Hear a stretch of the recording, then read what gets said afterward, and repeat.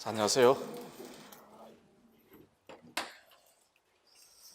5, 6월 달 수업을 좀 시작해 보도록 합니다. 교과 교육론입니다.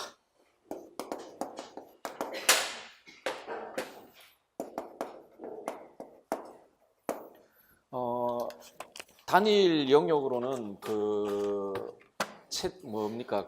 가장 출제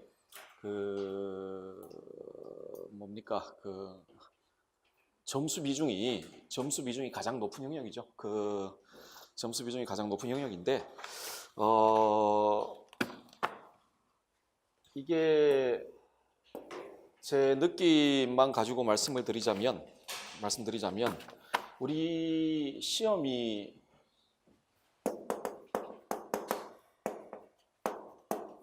교과 내용학이라는 큰 범주 안에 뭐 서양, 동양, 한국 윤리가 있고 이렇게 보통 들어가죠. 이 안에 이제 응용 윤리가 보통 포함이 되고 여기 통일교육론이 이렇게 포함이 되어 있습니다. 그런데 어떤 의미에서 점수 비중이 가장 높은 건 이겁니다. 이게 왜냐하면 여기는 서양, 한국, 동양 다 합치면은 그 점수 비중이 제일 높죠. 여기가 제일 높고, 그다음 뭐 이거 이제 교과 교육론 이건데 그냥 여담으로 말씀을 드리자면, 그러니까 교과 교육론에 대한 제 생각인데, 여담으로 말씀드리자면 제가 여기서 강의를 처음 시작했을 때 여러분 잘 아시겠지만 저는 철학과를 나온 사람입니다. 철학과를 나온 사람이라서 여기에 대한 지식이 전혀 없었습니다. 여기에 대한 지식이 전혀 없었고, 이거는 뭐 대충 강의를 할 수 있었고, 제일 처음에 다른 데 있는데 어느 분이 여기 학원에서 윤리 과목을 좀 강의를 해달라고 해서 임용 윤리 과목을, 저는 윤리 과목인 줄 알았습니다. 뭐 윤리 과목이니까 뭐 강의할 수 있겠지 하고 학원을 왔는데, 기출 문제를 보니까 윤리만 있는 게 아니라 이것도 있고 생전 보도 듣도 못한 이론도 있는 거예요. 생전 보도 듣도 못한 이론도 있었습니다. 그런데 이제 강의를 시작을 했어요. 그리고 시작을 하면서 그때 제일 처음 강의할 때 2월 달부터 강의를 했거든요. 2월부터 강의를 했는데 시작을 했습니다. 시작을 했는데 이걸 해야 될 거 아닙니까? 이 강의를 해야 될 거 아니에요. 안 할 수가 없지 않습니까? 이거 끝나고 뭐 문제풀이 문제도 내야 되고 모의고사 문제도 내야 되니까 강의를 시작하면서 여러분들 기본서라고 보고라는 책을 모두 모으고 혼자 공부를 했습니다. 강의를 하기 위해. 혼자 공부를. 왜냐하면 저는 사문대 출신도 아니고 윤리교육학과 출신도 아닙니다. 뭐 어떻게 해야 돼, 교육론이라는 뭐 한다고 교육학적인 베이스가 있는 것도 아니고 아무것도 없거든요. 제가 대학 다닐 때 교육학 관련해서 수업을 딱 한 과목 들었어요. 다 2학점짜리를 들어야 되는데 2학점짜리가 이제 거의 없어지고 3학점밖에 없었거든요. 그래서 2학점짜리 수업을 찾다가 저기 사범대학에 교육철학이라는 과목이 있더라고요. 뒤에 철학자가 붙어가지고 이거 손쉽게 학점을 딸 수 있겠다라는 생각으로 들었거든요. 그것밖에 없었거든요. 근데 이걸 했어요. 그런 식으로 강의를 했습니다. 그런데 공부를 좀 해보니까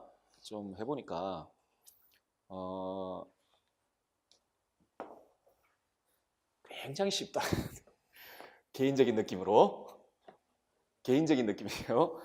여기가 굉장히 쉽고, 그리고 이해하기도 훨씬 좋고, 그리고 크게 어려운 내용이 별로 없고 뭐 이해하기도 그렇게 어렵지가 않고, 개인적으로는 그랬습니다. 무슨 뭐 심리학이라든지 근데 상당 여러 형태의 이론들이 이렇게 결합되어 있는 건 보입니다. 뭐 사회학적 이론이라든지 심리학적인 이론이라든지 이런 것들이 있는데 그렇게 크게 어렵다는 느낌은 받지 않았습니다. 게다가 그러니까 점수 비중이 높은 반면에 그렇게 분량 자체가 또 많지가 않습니다. 크게.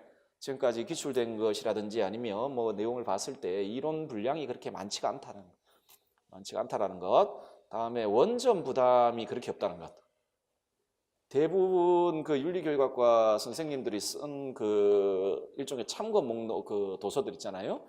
그게 그냥 출제의 기본 베이스가 되는 책이기 때문에 여기에서와 같이 여기는 그 진짜 위대한 학자들의 원문들이 있잖아요. 원서들이 있는데 그 원문에 대한 그 부담도 별로 없고 그래서 공부하기가 그렇게 어렵지는 않더라라는 생각이 들었습니다. 그래서 혹시 여기에 부담을 가지고 계신 분 있으시면 크게 걱정하실 거 없으면 저도 했는데 저 같은 사람도 조금 보니까 알겠더라 하기 때문에 그래서 한 2년 정도 강의하니까 이거는 대충 뭐 알겠더라고요. 대충 알겠는데 자 그래도 그 제가 원래 요 책이 작년인가 책을 출판했는데 그전에는 출판을 안 했습니다. 그전에 출판 안 하고 그 여러분들한테 뭡니까 그 뭐 이렇게 그냥 뭐 자료로 이렇게 드렸는데 그 이유 중에 하나가 뭐냐면 여기 내용은 물론 그 학원에서 강의하는 강의 책은 그 강사가 자기 멋대로 쓰면 안 됩니다. 그래서 학원 강의용 그 강의용 교재나 책은 짜집기 책이 최선의 책입니다. 그 출제될 수 있는 내용을 가지고 있는 조명한 저서를 모아놓은 게 가장 좋아요. 강사가 자기 멋대로 쓰면 까딱하면 큰일 나죠, 그죠? 큰일 나기 때문에 무조건 짜집기 해야 됩니다. 무조건. 그런데 그 짜집기를 하더라도 연결을 해야 되고 다음에 그 특히나 그 2차 텍스트들 여러분 기본서라고 이야기되는 그 연구서들은 이렇게 저술한 학자들에 따라 개인적인 견해라든지 좀 주관적인 견해가 포함될 가능성이 있고 다음에 그 번역어 같은 경우에 조금 문제가 있는 것들이 있고 뭐 그런 경우들이 있습니다. 그런 경우들 같은 경우에는 이 파트 같은 경우에는 뭐 완벽하지는 않지만 제가 이렇게 골라서 바꾸든지 뭐 할 수 있는 일종 뭐 그런 그 역량이 있고요. 역량이 있었습니다. 그런데 여기는 안 됩니다. 제가 이거는 100% 짜집기입니다. 그러니까 그 윤리교육학과 특히 이걸 전공하신 선생님들의 저명한 저서들을 그냥 가져와서 써야 됩니다. 왜? 제가 평가할 수 있는 능력이 안 돼요. 그 글에 대해서 능력이 안 되기 때문에 그래서 책을 내는 게 이건 정말 부끄러운 일이죠. 그냥 이거는 그래도 조금 변형도 하고 했으니까 낼만한데 그랬는데 그래도 그냥 책의 형태로 하는 게 공부하기가 좀 편할 것 같아서 작년부터 좀 냈고 그래서 이거는 뒤에 제가 굳이 참고 목록이나 뭐 참고한 그 논문을 달지는 않았는데 요거는 그 뒤에 보시면 제가 참고한 책들을 목록을 달았습니다. 물론 빠진 것들이 있습니다. 빠진 것들이 있고 그 매년 보면 매년은 아니지만 그 최근에 나온 그 출제 풀 안에 들어갈 만한 윤리교육학과 요거 전공하신 선생님들 책이 출판되면 가급적인 다 보는 편입니다. 가급적이면 다 보고 이게 출제될 만한 책인지를 좀 확인하고 좀 뭐 그러면은 좀 이렇게 보충 자료로 드리고 그러는 편입니다. 하기 때문에 그 대충 뭐 그거 참고 자료 이외에 나머지 것들도 좀 참고를 했다라는 것 알아두시면 될 거고요. 교과 교육론은 크게 한 그 4가지 범주로 공부를 하시면 될 겁니다. 그 공부 영역이 있는데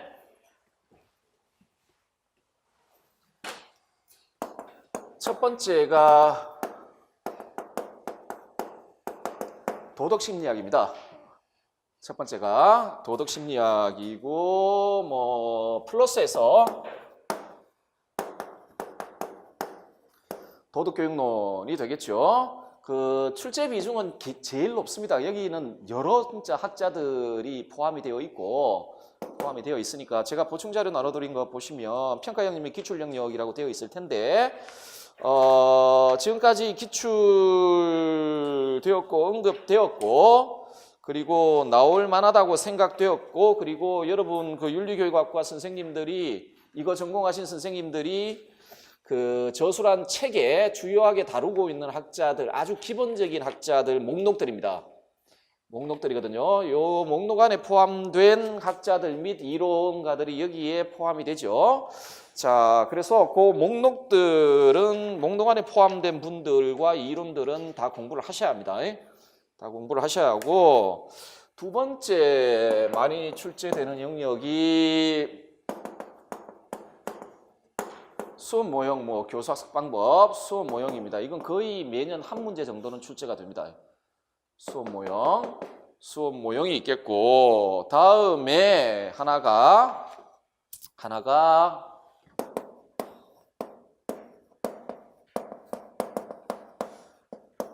도덕과 평가가 되겠습니다. 도덕과 평가가 되는데, 이게 조금 그런 게, 이게 객관식 시험기 때는 이 평가 문제가 거의 매년 한 문제 정도는 나왔습니다.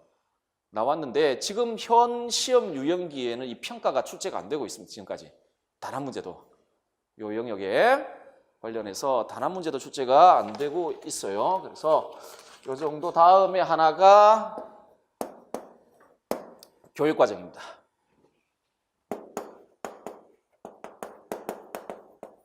(2015년) 개정 교육과정까지 나와 있죠. 나와 있고, 그 교육과정평가원에서 시험 안내하는 글을 보면 항상 어떤 식으로 되어 있냐면, 교육과정 문제는 그 작년 같으면 2015년 개정 교육과정까지 이런 식으로 명시를 합니다.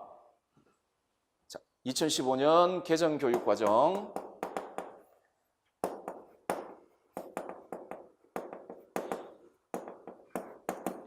이런 식으로 그 교육과정 평가원에서 이야기를 하거든요.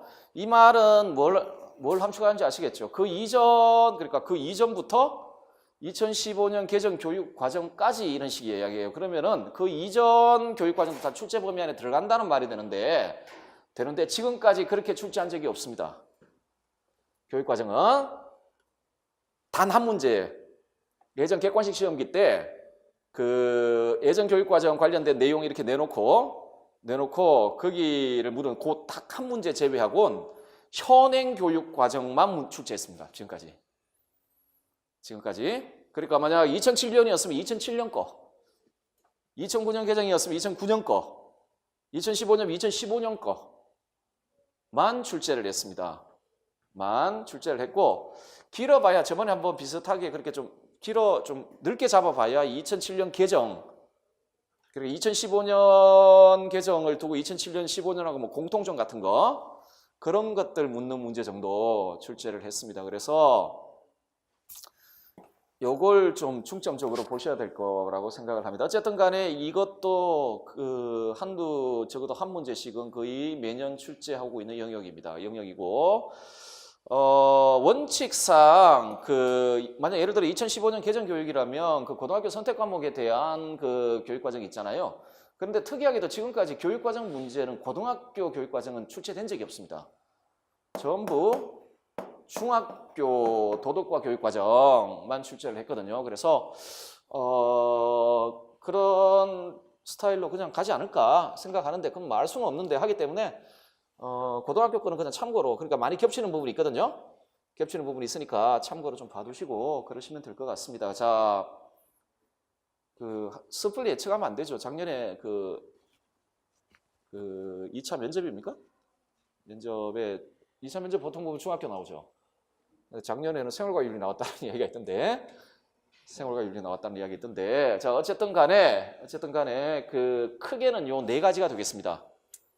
크게는 요 네 가지가 되고, 참고로 말씀드리자면 작년 같은 경우에 도덕심리학하고 도덕교육론 파트에서는 아마 콜버그가 논술형, 아마 제 보충자료에 서술형으로 되어 있을 텐데 논술형으로 바꾸시고, 논술형 문제로 콜버그가 나왔고, 다음에 튜리엘이 나왔고, 뭐 그렇습니다. 다음에 인격교육론 이 정도 한 3문제 정도 출제를 했고, 교수학습 방법 수업 모형에는 가치명료와 수업 모형이 출제가 되었습니다. 가치명료와 수업 모형이 출제됐고, 도덕과 평가는 지금까지 출제가 안 되고 있다고 말씀드렸잖아요. 그죠?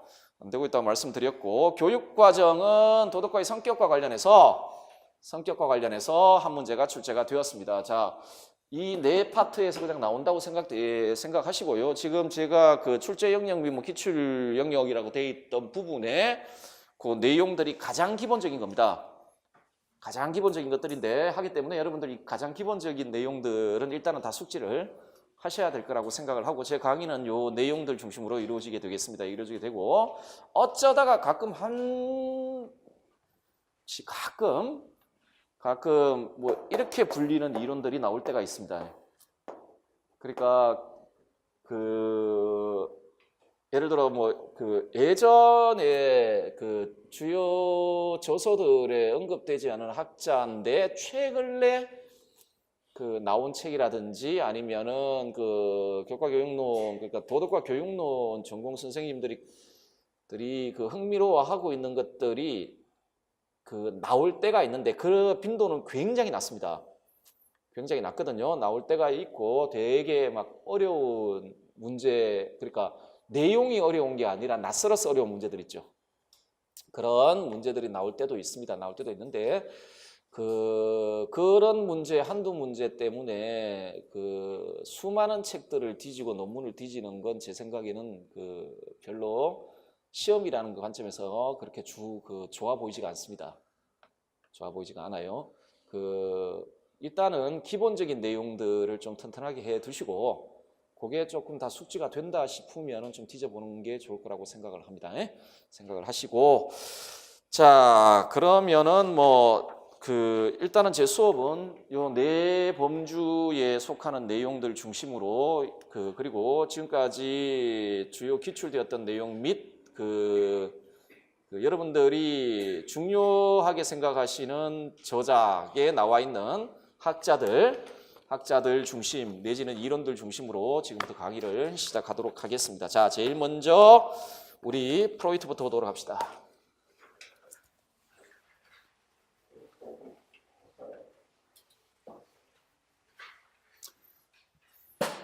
도덕심리학 파트에 속하는 학자들부터 먼저 시작을 할 텐데 이분이 도덕하고 관련은 굉장히 있는데 이분한테는 도덕이라는 현상은 병리 현상입니다. 일종의 그렇게 긍정적이지가 않아요. 도덕이라는 게 원래 이분 친구 중에 누가 있냐면 니체가 있습니다. 프로이트의 친구 중에 여러분들 프로이트 공부를 해보시면 니체하고 생각이 이렇게 겹치는 뭔가 이렇게 비슷한 사고를 하고 있다라는 느낌을 받을 때가 꽤 있을 겁니다. 아마 있을 텐데요. 친구 중에 니체가 있어요. 니체가 있는데 여담이지만 두 분이 또 사귀었던 여성이 또 같은 여성입니다. 같은 여성이 있는데 자 어쨌든 간에 이분입니다. 이분은 유태인입니다. 그래서 말년이 굉장히 좋지가 않았습니다.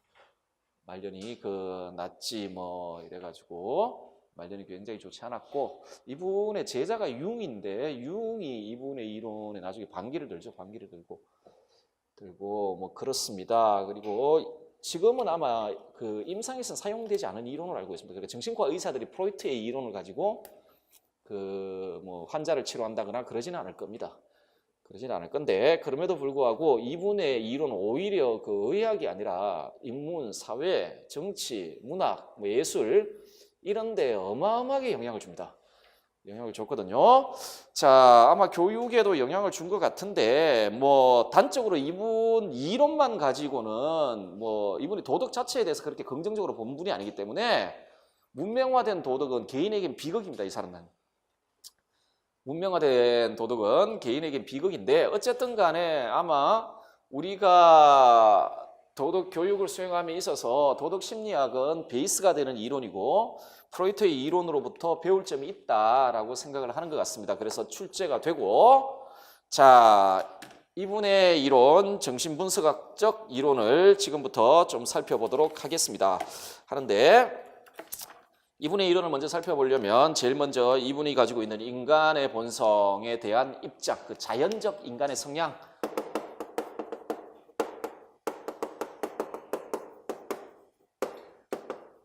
교육받기 이전에 그러니까 교육받기 이전에 인간의 자연적 성향 교육받기 이전 인간이 가지고 있는 타고나면서부터 가지고 있는 그 자연적인 성향 인간의 본성 자 여기에 대한 일정한 입장을 가지고 있습니다. 그 입장이 어떤 건지 보도록 하겠습니다.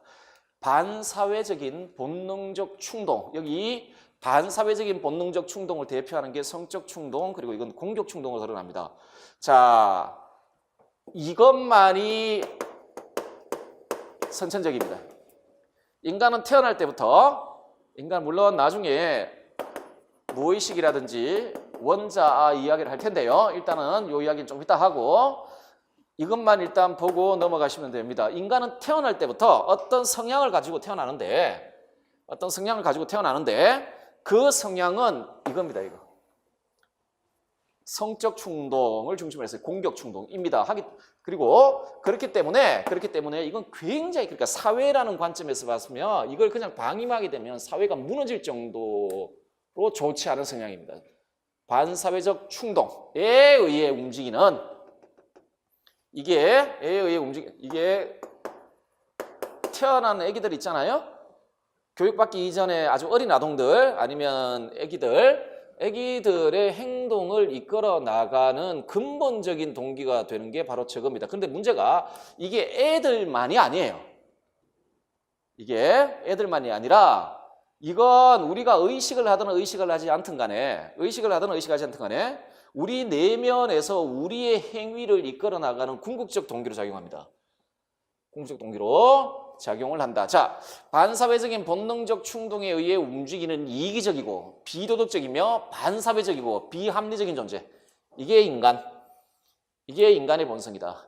인간의 본성이다. 그리고 인간의 행동, 우리가 의식적으로 계획하고 그러니까 우리가 의식적으로 계획하고 선택했던 행위라 이런 거 있잖아요. 하지만 그 이면에는 이런 동기들이 우리가 의식을 하든 못하든 간에 이런 동기들이 우리 행위와 우리의 사유를 이끌어간다라고 봅니다. 따라서 자유의지라든지 자발성이라든지 그 자발성에 기초한 인간의 책임, 자기결정, 자, 이런 개념들은 인간의 본성을 설명하는 개념이 아니다. 자, 자율적 인간이란 존재하지 않는다.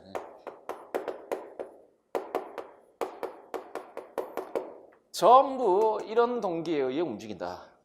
인간이 선천적으로 가지고 있는 이런 자연적 성향에 의해 움직인다라는 게 이분의 생각입니다. 그래서 프로이트의 위대함입니다. 프로이트의 위대함. 여담으로 말씀드리자면 원래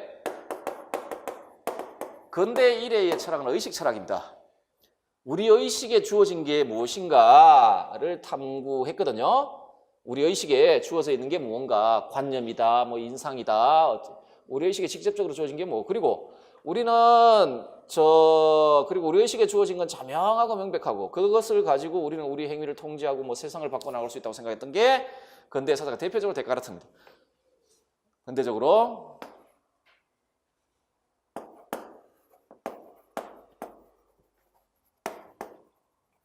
나는 사유한다 그러면 난 존재한다 라고 이야기를 하죠. 이건 그렇죠? 이 사유는 내 의식에 가장 분명하고 자명하고 명백하다고 봤습니다. 그리고 그걸 통해 나는 존재한다는 거예요. 자, 그런데 프로이트의 위대함은 뭐냐면 이런 데카르트적인 생각을 완전히 전복시켜버립니다.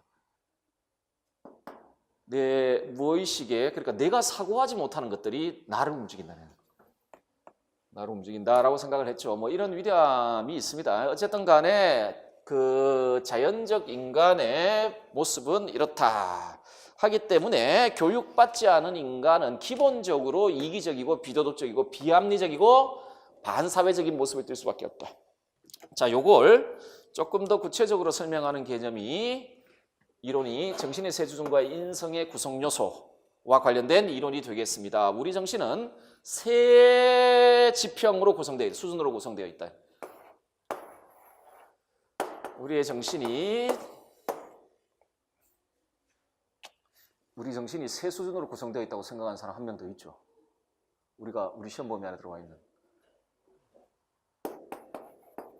플라톤이라는 분이 계신데 우리의 영혼은 세 가지 구성 요소로 구성되어 있는데 이건 프로이트 말에 의하면 개소리고 우리 정신은 그렇게 구성되어 있는 게 아니에요. 이렇게 무의식이 있고 전의식이 있고 의식 이렇게 구성되어 있다. 우리 정신이 무의식, 전의식. 자, 이걸 발견한 겁니다. 이걸. 프로이트의 위대함은. 그리고 문제가 뭐냐? 우리 의식 작용을 이끌어 나가는 동력이 여기라고 본 겁니다. 데카르트적인 사고가 완전히 붕괴돼 버립니다. 붕괴되는데 어쨌든 간에 우리 정신은 이렇게 되어 있다. 자, 그러면 각각의 특징을 한번 살펴보자라는 거죠. 자, 의식이란 뭐 이건 그냥 정의를 한 건데 이건 뭐 여러분이 상식적으로 알고 있는 겁니다. 현재 우리 마음이나 우리의 정신을 되돌아봤을 때 자명하게 드러나는 것들 있죠. 우리가 분명하게 이렇게 인식하고 있는 거. 자, 그 순간 알아차릴 수 있는 사고, 감정, 행동 등의 의식적 경험을 점유하고 있는 정신의 영역을 의식이라 한다. 이거 뭐 설명드릴 필요가 없습니다. 뭐 그 경험적으로 자명하니까 여러분들 지금 막 생각하고 뭐 그런 거 있잖아요. 그죠? 자, 의식이고 전의식이라는 게 있거든요. 전의식이 있는데 자, 의식 밖에 있으나 쉽게 의식으로 들어갈 수 있는 기억을 포함하고 있는 정신의 영역을 전의식이라고 합니다. 베르그송 사례를 예를 들자면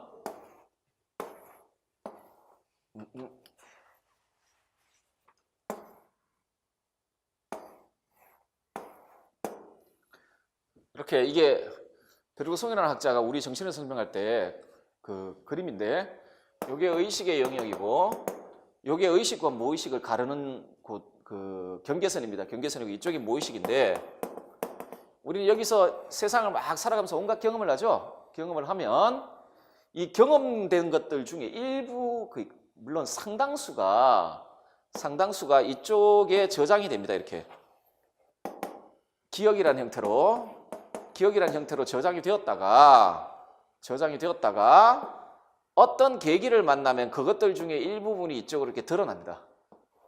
이렇게 드러나거든요. 요 지점 있잖아요. 요 지점을 전의식이라고 불러요. 기억의 형태로 담겨 있다가 특정 그 계기가 있을 경우에 의식의 영역으로 드러나는 그걸 전의식이라고 불러요. 전의식이라고 부르는데 요 경계선을 재미난 이야기인데 경계선을 베르그송이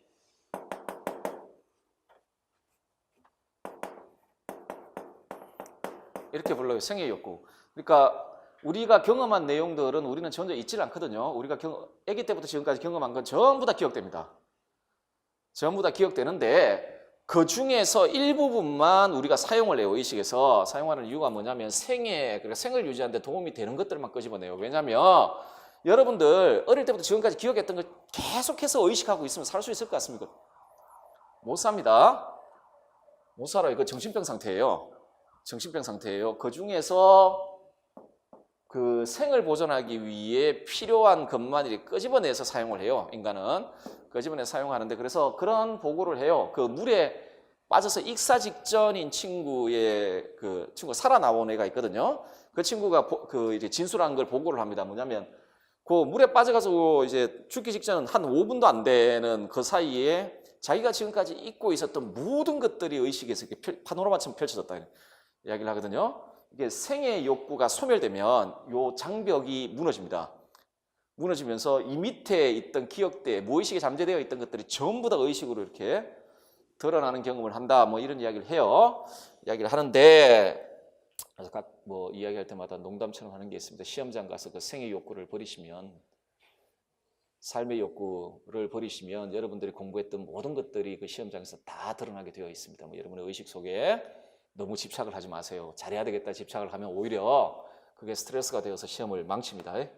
망치니까 잘해야 되겠다는 집착을 버리시고 이런 마음으로 시험을 보시면 되겠습니다. 자, 이게 전의식입니다. 뭐 이해되시죠? 뭐 크게 중요한 개념은 아니고 이 개념에서 가장 중요한 개념은 이겁니다. 이건 무의식. 프로이트에게 자, 의식은 기본적으로 무의식의 노예이기 때문에 가장 중요한 건 이 무의식인데 자, 무의식은 말 그대로 우리가 의식적 활동을 통해 포착이 안 됩니다.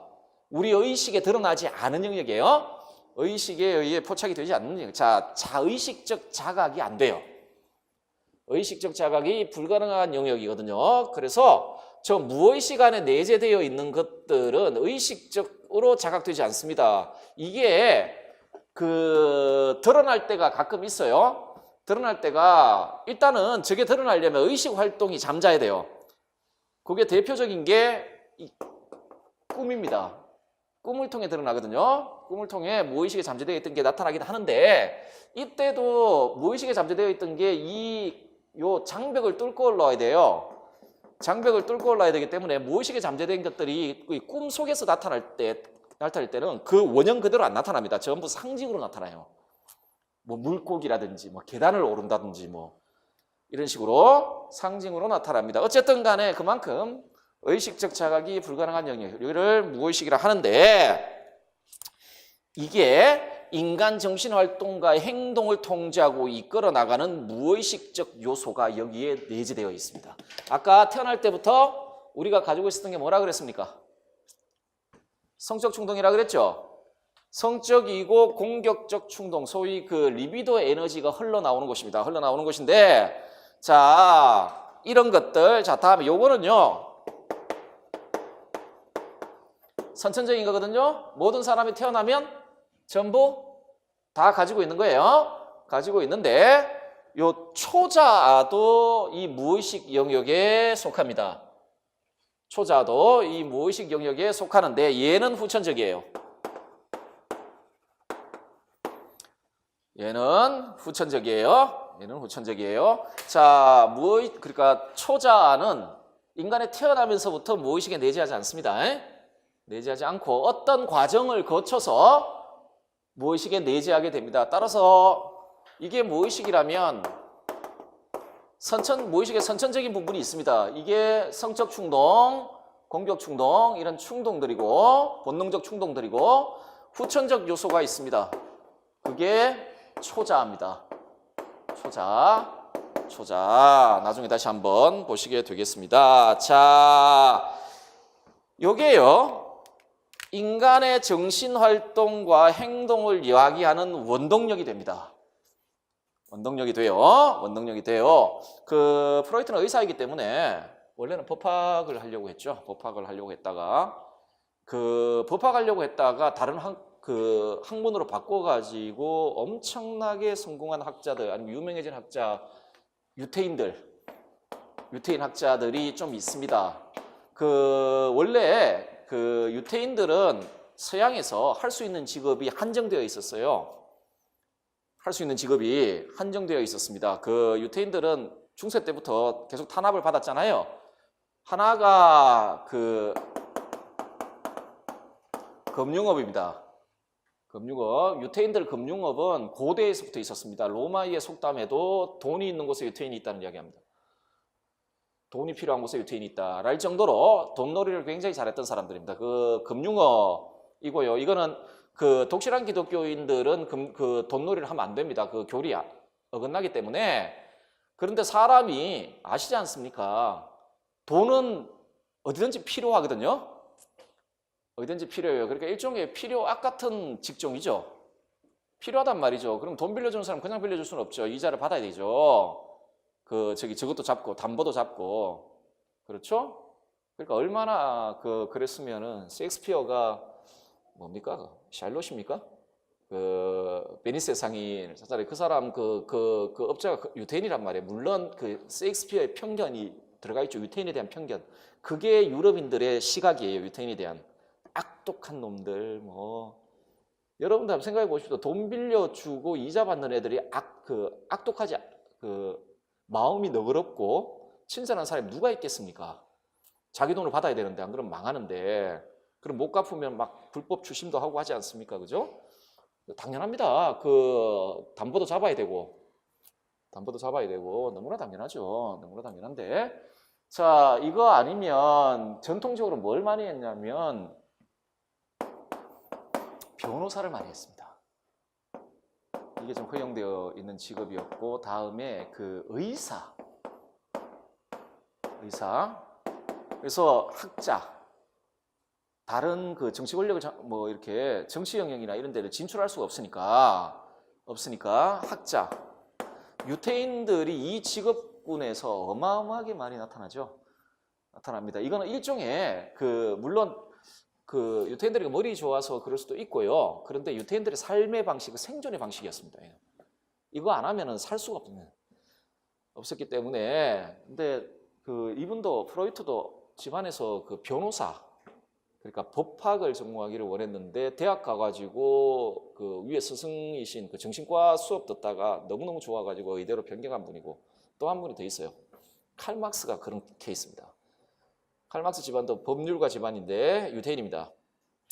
그 기독교를 개종한 유태인입니다. 유태인인데 그 대학에 법학 공부하러 갔다가 철학에 미쳐가지고 그렇게 된 분이 있고 뭐 대충 그렇습니다. 뭐 이런데요. 자, 네, 이 프로이트의 한 재미난 사례들이 상당히 많습니다. 뭐 혹시 시험 다 보고 난 다음에 프로이트 전집이 다 번역되어 있습니다. 지금 되어 있거든요. 꿈의 해석이라든지 프로이트가 그 환자 치료한 것과 관련되어 있는 내용들이 있어요. 그 책들이 있는데 물론 프로이트 책들은 대부분 그렇게 되어 있지만 그 뭐 정신분석학 입문 같은 책들이 있습니다. 그런 거 보시면 재미난 사례들이 정말 많습니다. 많은데 이런 사례들이 있거든요. 한 가지만 좀 들자면 여러 가지 사례들이 있습니다. 뭐 아버지를 보살피는 딸이 가지고 있는 병리 현상의 원인을 뭐 이렇게 하는 것도 있고 한데 제가 가장 재밌게 본 사례는 이 테이블이 있고 이게 거실에 테이블 있고 여기에 이제 그 어떤 그 좀 사는 집 귀부인 그런데 이 귀부인이 갑자기 달려가서 이 테이블 위에 예전에는 그 잉크 찍어서 썼죠. 테이블 위에 있는 그 빨간 잉크를 이 테이블에다 쏟아버려요. 그런데 원인을 몰라요. 그래 프로이트한테 찾아왔어요. 내가 왜 이러는지 모르겠다고. 그 원인을 몰라요. 가끔씩 일어나서 저기 남편 방에 있는 테이블이거든요. 남편 방에 테이블 이렇게 서류 쓰고 글 쓰고 하는데 그 빨간 잉크가 있어요. 그거를 들고 테이블 위에 부어버려요. 전혀 원인을 몰라요. 왜 그러는지. 뭐 다른 이유가 없거든요. 없는데 그 프로이트가 이분을 치료를 합니다. 이분을 치료를 해요. 어떻게 치료를 하냐면 물론 그 여러분들 정신 그 하는 거 알죠? 뭐 자유현상 뭐 이런 것들 방법을 통해 그 치료를 하는데 이런 방식으로 치료를 합니다. 그 치료에서 그 결론이 뭐가 어떤 게 나타났냐면 이분 그 초야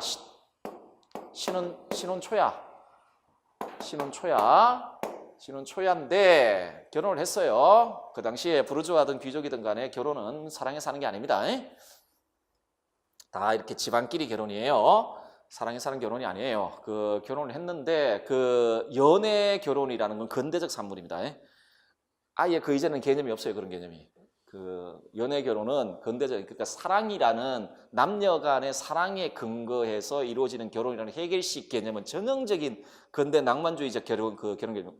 근대 18세기, 19세기 와야 형성되는 개념입니다. 서구 근대인데 자, 그래서 오히려 그 집안 대 집안의 결합이라는 개념이 인류 역사에서는 더 오래된 결혼 개념입니다. 결혼 개념인데, 자, 어쨌든 간에 했는데 이 남편분이 저기 성불능 불구자 비슷한 분이에요. 그런데 초야를 치러야 될 거 아니에요. 초야를 치러야 되는데 문제가 남편은 부끄러울 거 아니에요. 거기 초야를 치르고 나면은 침대에 붉은 흔적이 남는단 말이에요. 그러면 하녀들이 그날 밤에 그 아침에 와서 그걸 치우면서 만약에 그 붉은 흔적이 남지 않으면은 일단 여성 자체가 의심을 받아요.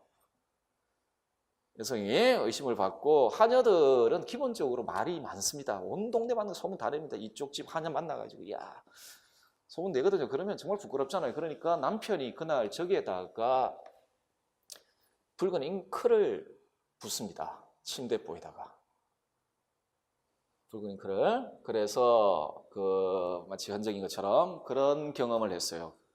이게 이제 잠재되고 다음에 뭐 성적 욕망들 이런 것들이 작동하면서 이 여성분이 이런 행동을 한 겁니다. 그런데 이 여성분은 몰라요. 어떤 이 행위를 하는데 그 행위에 동기가 의식에 분명하게 드러나지가 않는 겁니다. 않는 거거든요. 자, 프로이트가 이런 사례를 들면서 이야기하고 싶었던 게 우리 행위를 이끌어 나가는 원동력은 의식에서 나오는 게 아니라 무의식에서 나온다는. 무의식에서 그 무의식에 뭐 어디로부터요? 가장 강렬한 건 그 선천적인 본능적인 충동입니다. 더 나온다. 자, 그래서 원인 없이 우연히 생겨나는 정신활동이라든지 행동은 존재하지 않는다. 하기 때문에 아까도 말씀드렸죠. 자율적 인간이란 존재하지 않아요. 자율적 인간이란 존재하지 않습니다. 예를 들어 여러분들 나중에 아기를 낳아서 키워보면 아기들이 어떤 시점 되면 계속 이렇게 뭔가를 입에 넣어요.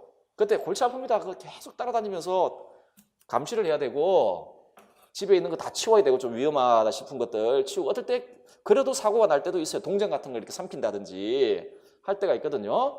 자꾸 뭘 이렇게 입에다가 넣고 이렇게 자꾸 빨아요. 이렇게 그렇거든요. 프로이트의 관점에서 보면 그런 행동의 기본적인 동력들이 전부 무의식에서 나온다는 겁니다. 나온다는 거. 하기 때문에 의식이 아니라는 거예요. 인간 행동의 기초는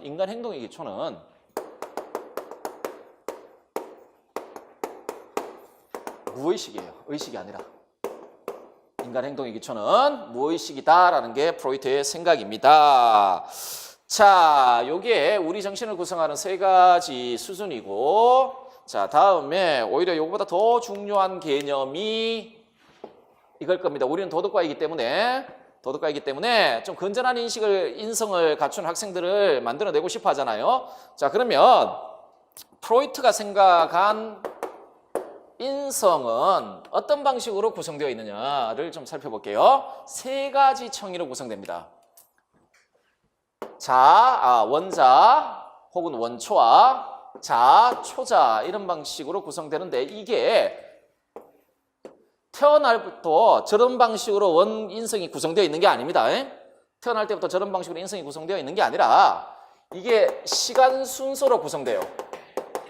원자가 이게 선천적인 거고 제일 먼저 태어나면 제일 먼저 우리에게 있는 거, 우리 인성 안에 있는 건 저 원자밖에 없습니다. 자, 이게 분화되어 자아가 나오고 그 이후에 어떤 과정을 거쳐서 초자아가 나옵니다. 요게 이런 순서대로 생겨나요. 그리고 요거까지 딱 갖추게 되면 초자까지 갖추게 되면 어쨌든 간에 하나의 인성은 완성되었다라고 이야기할 수가 있습니다. 이야기할 수가 있거든요. 자, 그러면 그 각각의 특징을 한번 살펴보도록 하겠습니다. 먼저 원자입니다. 이게 앞에 원자를 프리미티브?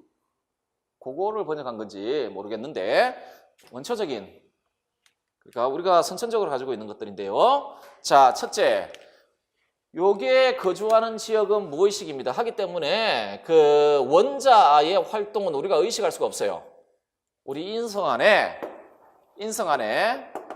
원자가 있는데 얘의 활동은 우리가 의식할 수 없습니다. 무의식 안에 있기 때문에, 자, 무의식에 내재하는 생덕적, 본능적, 원초적 욕구와 충동의 총체를 이끌어 원자라 한다. 자, 무의식에 들어가 있고, 자, 본능적, 원초적 욕구와 충동, 그 본질은 뭡니까?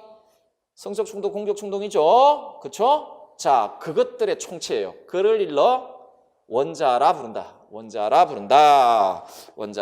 자, 그러면 원자는 활동을 합니다. 인성으로 활동하는 거거든요. 원자가 인성 안에서 어떤 활동을 하느냐를 좀 살펴봐야 되죠. 원자가 인성 안에서 활동할 때 그 활동의 목표는 이 욕구와 충동을 충족시키는 겁니다. 이 욕구와 충동을 충족시키는. 자, 내외적 자극에서 생겨나는 긴장을 해소하고 욕구를 적극적으로 충동시키려고 합니다. 이게 활동 목표예요. 교육학 시간에 아마 심리 성적 발달 과정을 보셨을 겁니다. 리비도 에너지가 분출되는 각 연령대에서 분출되는 영역이 있죠. 예를 들어 구강기, 항문기 이런 거 있지 않습니까? 그것과 관련되어 있는 그 충동과 욕구가 있고 그 욕구를 아주 적극적으로 분출하려고 들어요. 적극적으로 분출하고 그걸 만족시키려고 하는 목표로 활동하는 게 이 원자입니다. 원자예요. 자, 따라서 이 원자의 활동의 원리가 있습니다. 활동 원리를 본능적 욕구와 충동의 적극적 충족을 추구하는 쾌락 원리에 따라 활동한다. 자, 얘가 활동을 해요. 활동 목표는 이런 거예요. 따라서 얘는 어떤 원리에 따라 활동을 하는데 그 원리의 이름이 쾌락 원리예요. 이 쾌락 원리란 본능적인 욕구와 충동을 적극적으로 충족시키고자 하는 것. 이를 쾌락 원리라고 해요. 자, 이 쾌락 원리에 따라 활동을 해요. 하기 때문에 원자는 현실 세계에 대해 합리적이거나 도덕적인 고려를 하지 않아요. 예를 들어 오이디푸스 콤플렉스기에 들어가면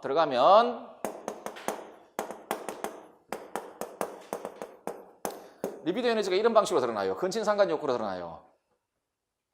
근친상간 욕구로 드러납니다. 아들은 어머니와 성적 관계를 맺고자 하고, 딸은 뭐 아버지와, 다음에 이와 결부되어서 소위 그 살부 욕구, 아버지를 죽여야 되겠다는 욕구가 나타납니다. 경쟁자니까 위험해요. 아버지는 위험하거든요. 이때 이 당시에 어머니에 대한 관점은 고통받는 어머니예요. 아버지로 인해 항상 고통받는 어머니고, 아버지는 언제나 자기 자신한테 위험해요. 위험하기 때문에 아버지를 죽여야 한다라는 욕구가 생깁니다. 뭐 욕구를 의식하든 의식하지 않든 상관없어요. 꼭 근친상간의 욕구가 생깁니다. 자, 그 원자는 예를 들어 원자는 이걸 즉각적으로 만족시키려고 그래요. 원자는 이것 때문에 엄청난 그 심리적 갈등을 겪거든요. 이 욕구를 즉각적으로 충족시키려고 들어요. 원자는. 그런데 이거 충족시켰다가 어떤 일이 발생합니까? 사회에서 이건 뭐 조선시대 같으면 사지를 찢겨 폐륜도 저런 폐륜이 없죠. 폐륜도 저런 폐륜이 없어요. 프로이트가 저런 이야기 했다가 진짜 온 동네방네 그냥 그 당시에 그 엄숙한 분위기, 기독교적인 엄숙한 분위기에서 저런 이야기 했다가 정말 진짜 혐오의 대상이 되었죠. 혐오의 대상이 되었는데, 그래서 오히려 프로이트의 강연은 미국에서 한 게 그렇게 많습니다. 미국에서 불러서 가서 강연한 게 많습니다. 오히려 미국이 그래도 조금 자유로웠는지 유럽에서는 뭐 진짜 뭐 어마어마한 혐오를 불러 이렇게. 자, 어쨌든 간에 이거 충족이 안 된다. 그런데 원자는 그런 걸 고려하지 않습니다. 이게 도덕적으로 옳은 것인지, 다음에 현실적으로 이게 만족시킬 수 있는 수단이 있는지 전혀 고려하지 않습니다. 왜? 얘는 그냥 쾌락 원리에 따라서 활동할 뿐이에요. 이걸 그냥 충족시키고자 하는 그런 목표에 따라서만 활동할 뿐이기 때문에 이걸 실현시킬 수 있는 합리적 방법이나 아니면 이 행위 자체가 도덕적으로 옳은지 그런지에 대해서는 전혀 고려하지 않습니다. 원자는 그냥 충동의 체계예요. 그걸 만족시키려고 활동할 뿐이고.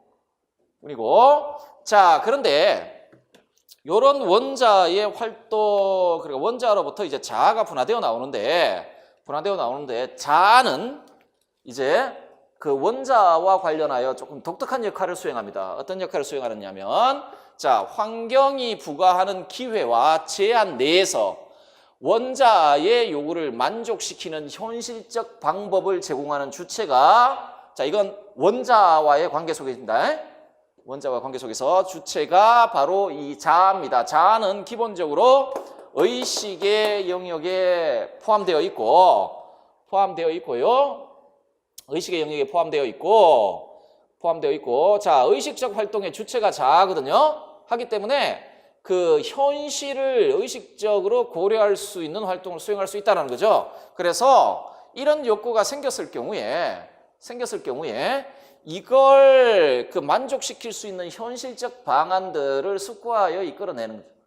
이건 달리 이야기하면 발생한 욕구를 만족시키는 실제 대상이 나타날 때까지 원자로부터 나오는 그런 충동들, 리비도 에너지를 방출을 지연시키는 것을 목적으로 하는 현실 원리에 따라 활동한다.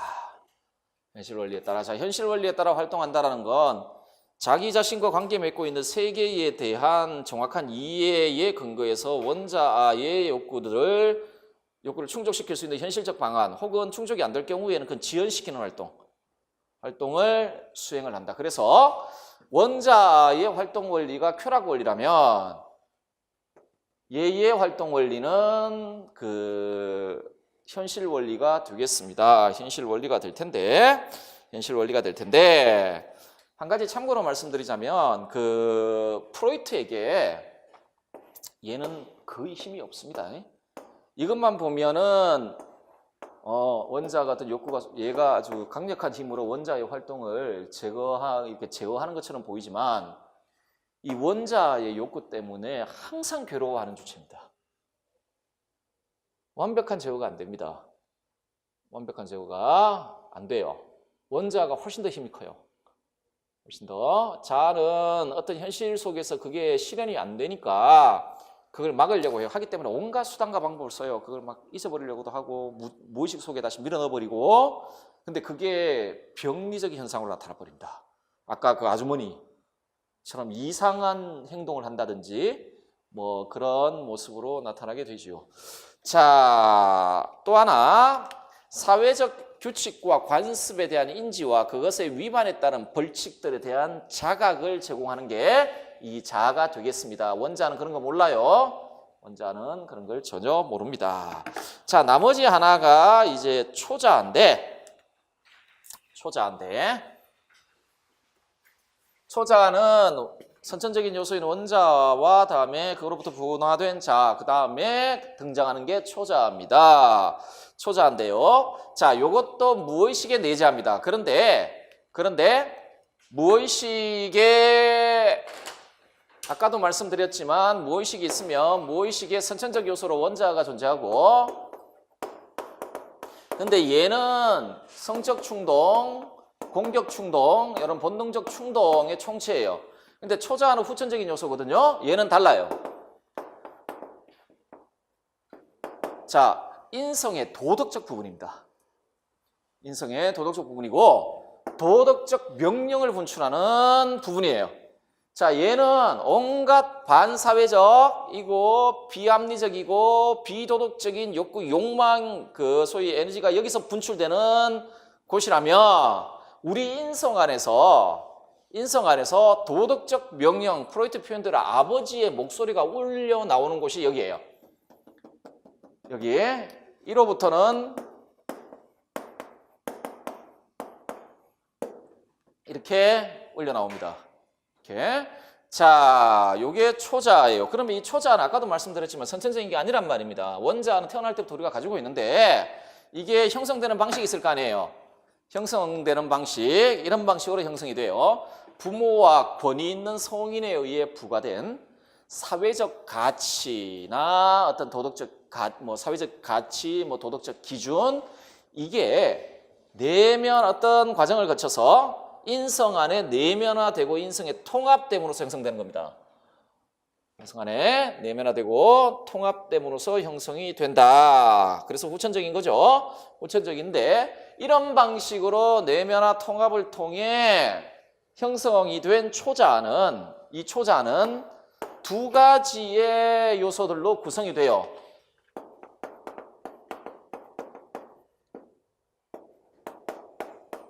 자이상과 양심이라는 두 가지 구성 요소로 형성이 됩니다. 형성이 되고요. 요 자이상과 양심은 조금 이따 다시 한번 보도록 하겠습니다. 자, 그러면 얘의 기능은 뭘까? 얘가 인성 안에서 어떤 역할을 할까? 첫째, 반사회적인 원자의 충동을 완벽하게 제지하려고 합니다. 이 무의식 안에서 지금 어떤 의미에서 보면 이거 완전히 상반된 두 개가 무의식 안에, 그리고 이게 형성이 되면 무의식 안에 존재하거든요. 얘는 그 도덕적 명령을 분출하는 것이고 얘는 아주 비도덕적이고 반사회적이고 비합리적인 어떤 충동들이 분출되는 곳이에요. 하기 때문에 얘는 얘를 완벽하게 제지하려고 그래요. 완벽하게 제지하려고 하는데 이게 문제가 뭐냐면 합리적 고려보다는 도덕적 고려를 할 것을 자아에게 강요한다고 했죠. 자아의 처지가 대단히 불쌍합니다. 어떻게 되어 있냐면 이게 지금 무의식 안에 있는 인간의 행위에 동일이 되는 두 요소인데 자아가 여기 있고 자아는 이 두 쪽으로부터 일종의 공격을 받습니다. 자아는 메스키스입니다. 종에 이것도 분출하려고 하죠. 다음에 얘는 그러니까 이 원자로부터 나오는 본능적 충동을 완벽하게 제지하려고 해요. 자아는 이 두 쪽의 요구에 의해 완전히 제약돼 버립니다. 이렇게 제약되거든요. 그래서 일단은요, 자아와 초자아 사이의 관계에서 보면 얘는 자아에게 뭘 이야기를 하냐면 원래 원자하고 자아 사이의 관계에서 보면 원자의 욕구가 드러나면 자아는 현실을 고려해서 그것을 실현시킬 수 있는 방안을 제공한다 그랬잖아요. 초자아는요, 아예 그런 합리적 고려를 고려만도 하지 말라고 해요. 오로지 도덕적 고려만 할 것. 완벽하게 도덕적 행동을 할 것. 도덕적 규범을 따르고 갈 것이라고 하죠. 자, 그래서 생각, 말, 행위에 있어서 절대적인 완벽함, 도덕적인 완벽함을 추구하도록 자에 강요합니다. 이건 강요죠. 얘도 강요하고 이런 식으로 강요를 해요. 자, 이게 인성 안에서 자아가 행하는 기능, 역할입니다. 자, 이러다 보니 자아는 정말 힘든 상황에 놓이게 되죠. 여기에다 플러스 하나 더 있어요. 여기에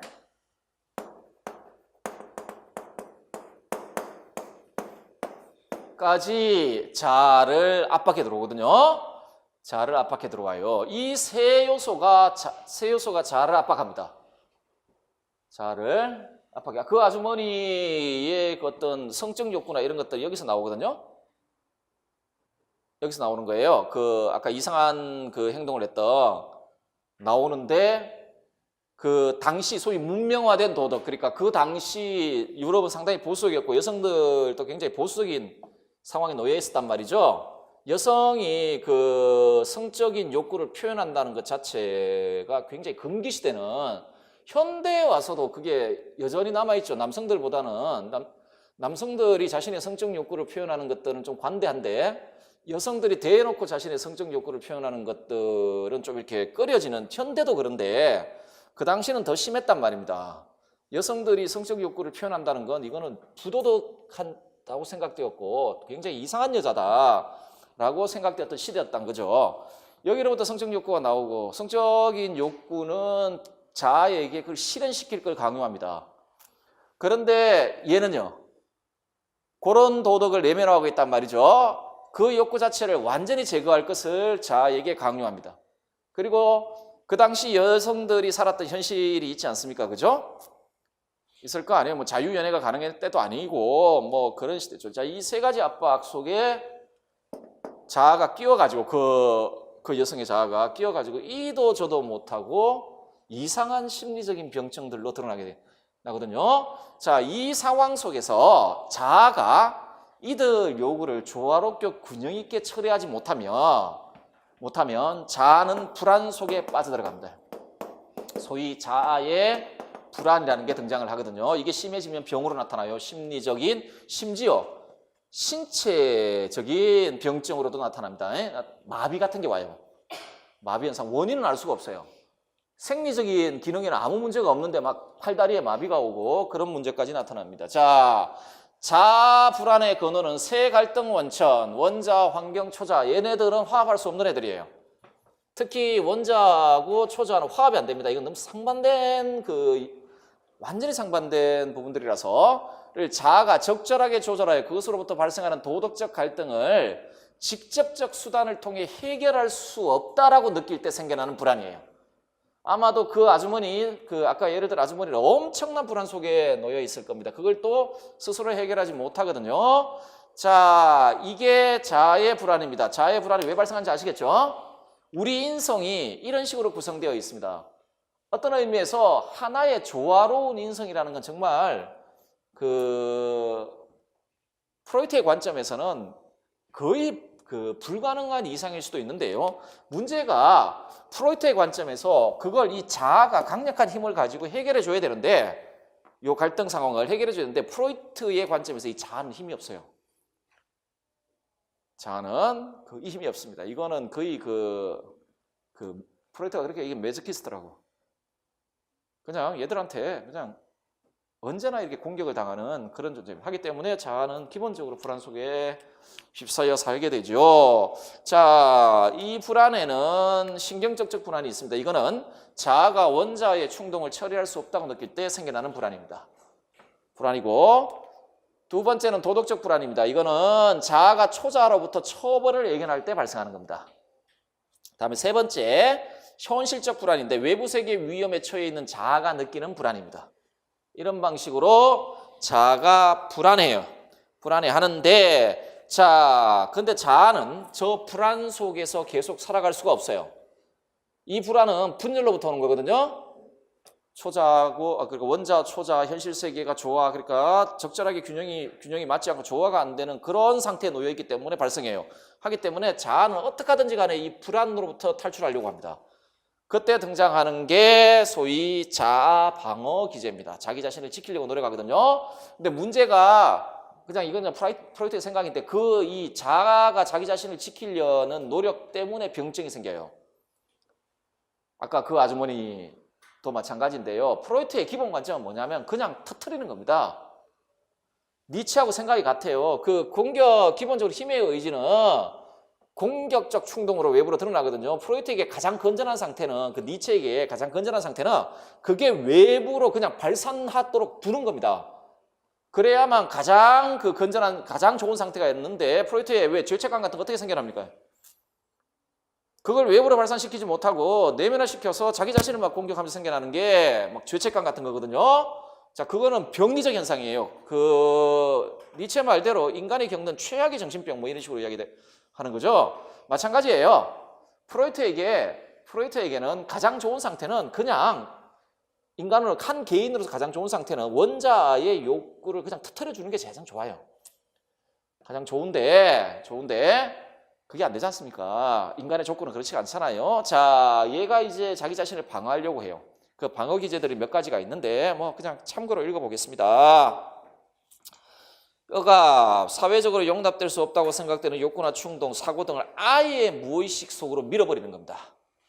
밀어버리는 걸 억압이라고 하고, 반동연성은 자아가 용납될 수 없는 자신의 실제 욕구나 충동, 반대되는 행동을 욕구나 충동과 반대되는 행동을 함으로써 검지된 충동, 사고, 감정의 표출로 발생하는 불안으로부터 자신을 보호하는 자아 방어기. 이게 대표적인 게 그 오이디푸스 컴플렉스에서 그 아버지에 대해 살부 욕구를 가지고 있는 내지는 어머니에 대해 근친상간 욕구를 가지고 있는 아들이 아버지를 따라하고 잘 보이려고 하는 것과 같은 겁니다. 잘 보이려고 그래야만 내가 살 수 있다라는 거거든요. 그때 원래 그 오이디푸스 컴플렉스에서 그 남자애들이 느끼는 건 크게 근친상간 욕구하고 다음에 그 살부 컴플렉스 그 아버지를 죽이고자 하는 욕구 다음에 거세 공포입니다.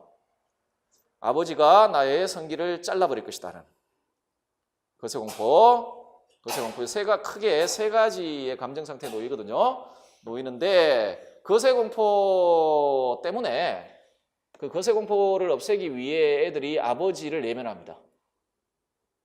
이게 일종의 반동이죠. 원래는 아버지를 죽이고 싶은데 힘이 훨씬 크잖아요. 세잖아요.